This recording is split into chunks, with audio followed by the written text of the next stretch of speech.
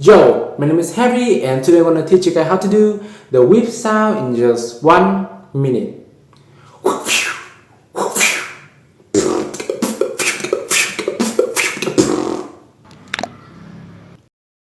First, say Kali. Pronounce the KH as strong as you can. Kali, Kali. Remove the vocal and leave only the KH. Kali, Kali, Kali.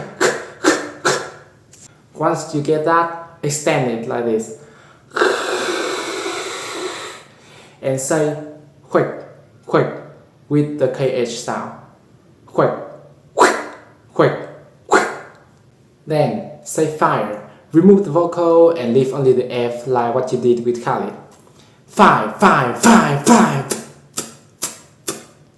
Add the sh sound after you did the F sound like this.